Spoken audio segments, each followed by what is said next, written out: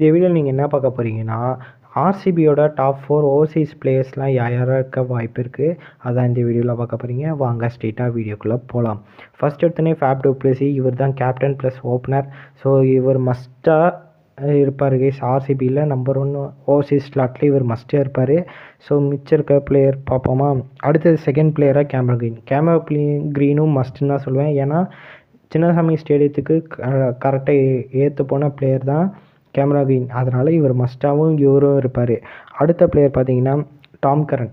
Tom Karan பொறுத்த வரைக்கும் ஒரு கேமரன் க்ரீனுக்கு ஒரு பேக்கப் பிளேயர் மாதிரி. இப்போ கேமரன் க்ரீனுக்கு வந்து இன்ஜுரினா இவரை விளாட வச்சு சான்ஸ் ட்ரை பண்ணி பார்ப்பாங்க. ஸோ இல்லைனா நோ, அது மாதிரி தான். ஸோ இவருக்கு மேக்ஸிமம் வாய்ப்பு கிடைக்கிறது இல்லை. ஸோ இது வரைக்கும் 2 பிளேயர் சொல்லியிருக்கேன். இப்போ 4வது ஒரு பிளேயர் பார்ப்போம். 4வது வந்து மேக்ஸ்வெல். ஸோ மேக்ஸ்வெல் மஸ்ட் இருப்பார் கேஸ். இவரை வந்து உட்கார வச்சுட்டுலாம் ஆட வைக்க மாட்டாங்க ஆர்சிபி. ஸோ ஒரு மொத்தம் 3 ஓவர்சீஸ் ஸ்லாட் கம்பல்சரி ஆயிடுச்சு. ஸோ அடுத்தது வந்துட்டு நம்ம பார்க்குறது வில்ஜாக்ஸ் பொறுத்த வரைக்கும் மேக்ஸ்வெலுக்கு இப்போ ஏதாவது இன்ஜுரினா இவரை ட்ரை பண்ணி பார்ப்பாங்க ஒரு பேக்கப் பிளேயராக. ஆஸ் எ மேக்ஸ்வெல்லோட backup player case. Tom Curran வந்து க்ரீனோட பேக்கப் மாதிரி, இவர் வந்து மேக்ஸ்வெல்லோட பேக்கப், அவ்வளோதான். இப்போ வந்து பவுலர்ஸில் இருக்க பார்ப்போமா. எடுத்துனே ரீஸ்டாப்லேயே இருப்பாங்க. ரீஸ்டாப்லேயே வந்து இவங்க வந்து ஓப்பனிங் ஸ்பெல் போகிறதுக்காக ட்ரை பண்ணலாம். ஆனால் இனிஷியல் டெத்தை வந்து போட்டு விக்கெட் எடுக்கிற பவுலர் ஒருத்தர் வேணும். அது இல்லாமல் மிடில் ஓவர்ஸ்லேருந்து டெத் வரைக்கும் போட்டு ஒரு விக்கெட் எடுக்கிற பவுலர் வேணும். அதுக்கு வந்து ரீஸ்டாப்லேயே கரெக்டாக சூட்டபுள் ஆக மாட்டார் தான் நினைக்கிறேன். ஸோ இவர் வந்து ரீசன்ட் ஃபார்மும் அந்தளவுக்கு இல்லை கைஸ். ஸோ இவர் வந்து டக்குன்னு அடிச்சு போடுவாங்க. ஸோ மேக்ஸிமம் இவருக்கு பதிலாக வேறு யாராச்சும் கூட ட்ரை பண்ணலாம். ஸோ என் ஆப்ஷன் படி ரீஸ்டாப்லேயே கேன்சல்.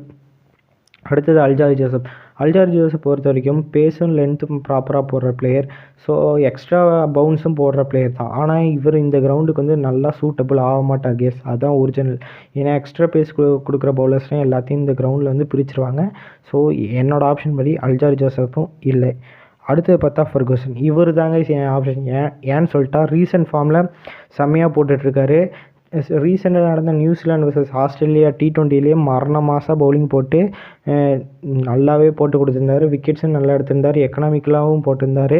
ஸோ இவர் தான் கரெக்டான ஆப்ஷன் நான் சொல்லுவேன். ஃபர்கூசன் மட்டும் தான் கரெக்டான ஆப்ஷன். ஸோ மற்ற 2 பேரையும் ட்ரை பண்ண வேணாம். மிச்சம் இருக்க இந்தியன் பவுலர்ஸே வச்சு இவங்க க்ரூமப் கரெக்டாக போட்டிருந்தாலே போதும். ஸோ ஃபர்கூசன் ஒரு நல்ல ஆப்ஷனாக இருக்கும். ஏன்னா டாப் 3 இருக்கிறவங்கள சேஞ்சஸ் பண்ண முடியாது. பவுலர்ஸில் யாராவது ஒரு பவுலர் தான் ட்ரை பண்ண முடியும்.